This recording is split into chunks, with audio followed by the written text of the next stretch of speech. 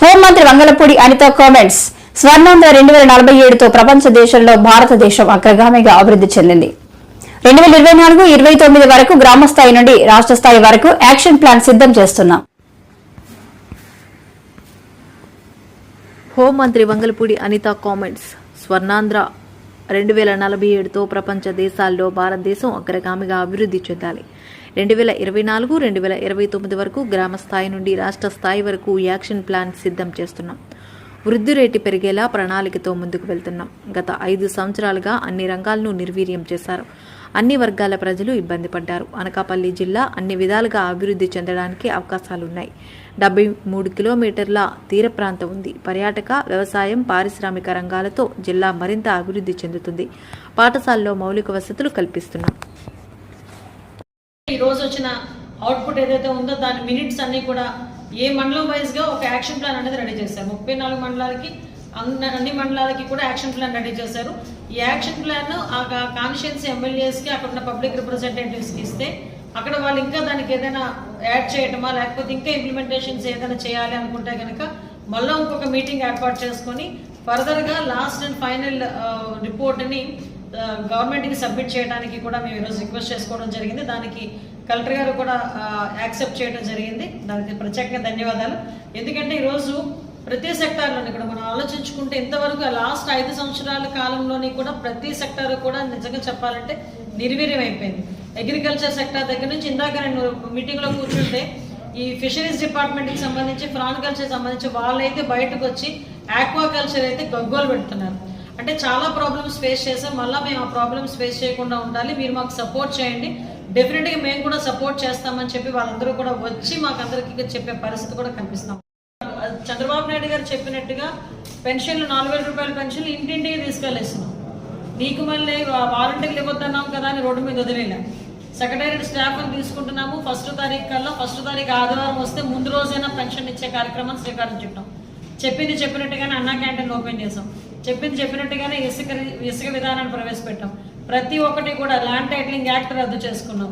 ఇంకా చూసుకోవాలంటే ప్రతి ఒక్క ఆస్పెక్ట్ లోని కూడా జనాలకు ఇబ్బంది లేకుండా చూసుకునే బాధ్యత మేము తీసుకుంటున్నాం. వాటిలో భాగంగానే సూపర్ 6 లో కూడా భాగంగానే కొన్ని దసరాకి కూడా ఈ బస్సెస్ కి సంబంధించి గ్యాస్ కి సంబంధించి ఫ్రీ గ్యాస్ ఇవ్వడానికి కూడా గవర్నమెంట్ సిద్ధపడుతుంది. అంటే ఎక్కడా కూడా ఒకటి మాత్రం అర్థం చేసుకోవాలి. అంటే జగన్మోహన్ రెడ్డి పరిస్థితి ఎలా ఉందంటే నేనే మొత్తం ఊడ్చేసాను కదా, ఇంకేముంది చంద్రబాబు నాయుడు గారికి ఇవ్వడానికి, చంద్రబాబు నాయుడు గారు ఎలా ఇస్తారు అని ఆలోచిస్తున్నాడు.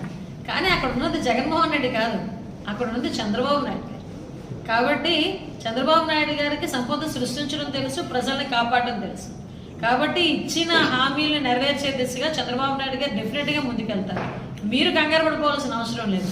ఈయన మాట్లాడితే సూపర్ సిక్స్ అంటాడండి. అదే విద్యాదీవిని ఎప్పుడు ఇచ్చాడు? అమ్మఒడి ఎప్పుడు ఇచ్చాడండి? గవర్నమెంట్ లోకి వచ్చిన 7 నెలల తర్వాత 8 నెలల తర్వాత ఇచ్చాడు. నాకు తెలిసి సంవత్సరం అయిపోయినట్టు. ఈయన ఇప్పుడు కూర్చొని మాట్లాడతాడు. నేను ఎప్పుడో చూశాను, నేనుంటే అది వచ్చేది, నేనుంటే ఇది వచ్చేది అని. అసలు ఉండకూడదనే 11 ఇచ్చింది. మళ్ళా నేనుంటే అని మాట్లాడుకోవడం ఎందుకు? అది కాదు కదా. ఇప్పుడు ఒక్కొక్కటి మోసాలన్నీ బయటకు వస్తున్నాయి. జగన్మోహన్ రెడ్డి చేసిన మోసాలన్నీ బయటకు వస్తున్నాయి. శిక్ష అయితే డెఫినెట్ గా ఉంటుంది. సంకల్ప బలం, ఆంధ్రప్రదేశ్ ప్రజల ఆశీర్వాదంతో ఎన్డీఏ కూటమి వచ్చిన తర్వాత డెఫినెట్ గా దాన్ని ఇంప్లిమెంట్ చేయాలి అని చెప్పి దాన్ని ఇంప్లిమెంట్ చేయడానికి కేబినెట్ లో కూడా దాని గురించి మాట్లాడి దీని మీద ఒక యాక్షన్ ప్లాన్ రెడీ చేసుకొని ఒక 2047కి ఒక డాక్యుమెంట్ కూడా రెడీ చేయడం మనం సిద్ధపడ్డాం. అందులో భాగంగానే ఆంధ్రప్రదేశ్ రాష్ట్రం కూడా కంపల్సరీగా 2047కి ఉన్నాము, మనందరం ఉంటాము ఉండవు తర్వాత విషయం. కానీ మన పిల్లలకి సైతం ఈరోజు ఒక మంచి విజనరీ డాక్యుమెంట్ ఇవ్వడంలోనే కానీ ఒక విజనరీ ఆస్పెక్ట్ లో కానీ మనందరం భాగస్వాములు ఉన్న ఒక తృప్తి మాత్రం మీకు మాకు కనుక డెఫినెట్ గా ఉంటుంది. అది మాత్రం కంపల్సరీ మనం చూస్తాము. అట్ ద సేమ్ టైం మనందరికీ తెలుసు ఈరోజు ఏదైతే అన్ని సెక్టార్లు కూడా అభివృద్ధి జరగాలి, అందరూ కూడా సంతోషంగా ఆరోగ్యంగా ఉండాలి అని ఒకే ఒక ఉద్దేశంతో గౌరవ చంద్రబాబు నాయుడు గారు కూడా చేస్తున్న దీనికి మీరందరూ కూడా సూచనలు సలహాలు ఇవ్వాలి. ఎందుకంటే ఇది నిజంగా చెప్పాలంటే ఒక పెద్ద టాస్క్. మన భవిష్యత్తు గురించి, మన పిల్లల భవిష్యత్తు గురించి మనం తీసుకున్న ఒక టాస్క్. దీంట్లో ప్రతి ఒక్కరిని భాగస్వాములు చేయాలి అనే ఉద్దేశంతోనే ప్రజలందరికీ కూడా ఉపయోగపడేట్టుగా ఒక QR కోడ్ను కూడా ఇవ్వడం జరిగింది.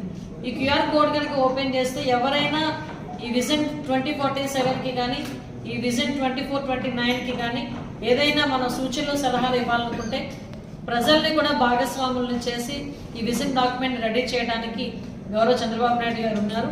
కాబట్టి మీరందరూ కూడా దయచేసి సూచనలు సలహాలు ఇవ్వాల్సిందిగా మనస్ఫూర్తిగా కోరుకుంటూ ఈ స్వర్ణాంధ్ర 2047లో మనందరూ కూడా భాగస్వాములు అవుదామని మిమ్మల్ని అందరినీ కూడా మనస్ఫూర్తిగా కోరుకుంటూ సెలవు తీసుకుంటాం.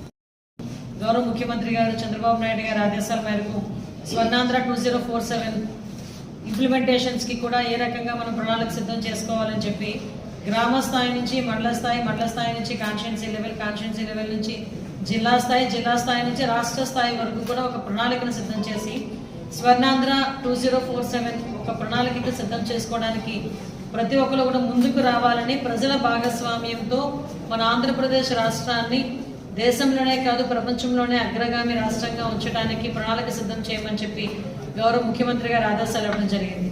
దానిలో భాగంగానే ముందు ఒక 5 సంవత్సరాల యాక్షన్ ప్లాన్ అంటే 2029 వరకు అంటే 2024 నుంచి 29 వరకు కూడా ఒక యాక్షన్ ప్లాన్ రెడీ చేసి ఆ యాక్షన్ ప్లాన్ ప్రకారంగా రాబోయే 5 సంవత్సరాల అడ్మినిస్ట్రేషన్ కూడా చేస్తూ దానికి అనుగుణంగా అన్ని సెక్టార్ల నుంచి కూడా అభివృద్ధి పథంలో ముందుకు తీసుకెళ్లడమే కాకుండా జీడిపి రేట్ని కూడా మనం పెంచే కార్యక్రమాన్ని కూడా మనం అందరూ కూడా చూసుకుంటున్నాం.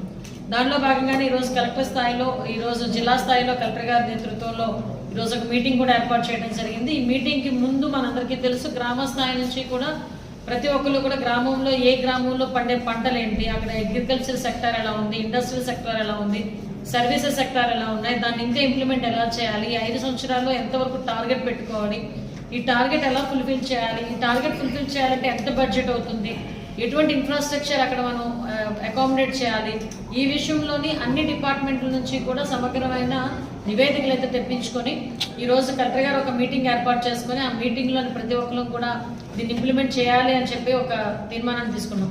దీనిలో భాగంగానే మరి ముఖ్యంగా ఏంటంటే ఇందులోని మన పబ్లిక్ రిప్రజెంటేటివ్స్ పార్ట్నర్షిప్ కూడా ఉండాలి. కాబట్టి ఈరోజు ఏదైతే మన కొంతమంది ఎమ్మెల్యేస్ ఈరోజు ఈ కార్యక్రమానికి హాజరు కాలేకపోయారు బికాస్ అక్కడ మన పీలా గోవింద సత్యనారాయణ గారిది ప్రమాణ స్వీకారం ఉండటం వల్ల కొంతమంది రాలేకపోయారు. బట్ ఇది 5వ తారీఖు లోపు జరగాలి అని చెప్పి కలెక్టర్ గారు చెప్పడం వల్ల ఈరోజు నేను ఇక్కడికి వచ్చి అటెండ్ అవ్వడం జరిగింది.